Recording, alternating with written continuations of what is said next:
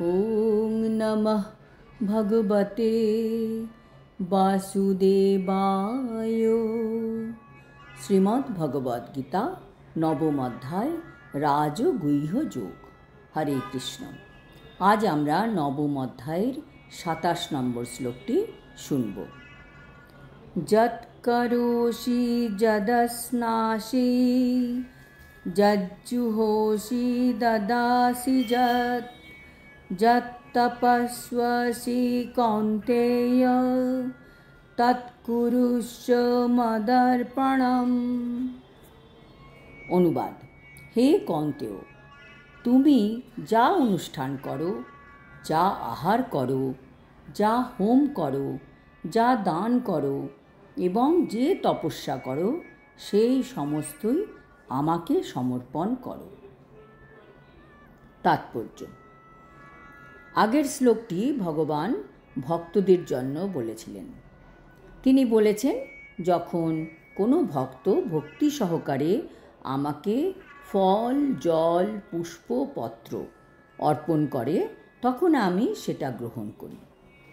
যদিও ভগবান তো স্বয়ং সম্পূর্ণ, তাকে আমরা কি দিতে পারব? কিন্তু তিনি ভক্তের ভক্তির প্রতিদান হিসাবে ভক্তের দেওয়া ভোগ গ্রহণ করেন। ভগবান যে শুধু শুদ্ধ ভক্ত এবং ভক্তদের কথাই ভাবেন তা কিন্তু নয়, তিনি সকলের জন্য ভাবেন। তাই যারা এখনও পুরোপুরি ভক্ত হতে পারেনি বা ভক্তিপথে অভ্যাসরত, তাদের জন্য ভগবান কিছু উপায় বলেছেন। যাদের ভগবানের প্রতি বিশ্বাস আছে, আধ্যাত্মিকতায় বিশ্বাস আছে, তাদের জন্য ভগবান কি বলেছেন সেটা আমরা জানতে পারব এই ২৭ নম্বর শ্লোকে। ২৬ নম্বর শ্লোকটিকে বলা হয় ভক্তিযোগের শ্লোক, আর ২৭ নম্বর শ্লোকটি হচ্ছে নিষ্কাম কর্মযোগের শ্লোক। এখনও পুরোপুরি ভক্তিযোগে পৌঁছায়নি। ভক্তিপথে যারা রয়েছে তারা ক্রমে ক্রমে ভক্তে পরিণত হবে। প্রতিটি মানুষেরই সব সময় কর্ম করতে হয়। কর্ম না করে কি কেউ থাকতে পারে? এমনকি আমরা যে শ্বাস প্রশ্বাস নিচ্ছি, সেটাও একটা কর্ম। দেহকে প্রতিপালন করতে হচ্ছে, আত্মাকে প্রতিপালন করতে হচ্ছে, তার জন্য প্রতিনিয়ত আমাদের কর্ম করতে হয়। প্রত্যেক মানুষেরই প্রধান কর্তব্য হচ্ছে তার জীবনকে এমনভাবে গড়ে তোলা যাতে কোনো অবস্থাতেই সে শ্রীকৃষ্ণকে ভুলে না যায়। তাই শ্রীকৃষ্ণ এখানে উপদেশ দিয়েছেন, সমস্ত কর্ম যেন কেবল তার জন্যই করা হয়। জীবন ধারণের জন্য সকলকেই কিছু আহার করতে হয়। অতএব সমস্ত খাদ্যদ্রব্য শ্রীকৃষ্ণকে নিবেদন করে তার প্রসাদ রূপে তা আমাদের গ্রহণ করা উচিত। প্রত্যেক সভ্য মানুষকেই কিছু ধর্মীয় আচার অনুষ্ঠান করতে হয়।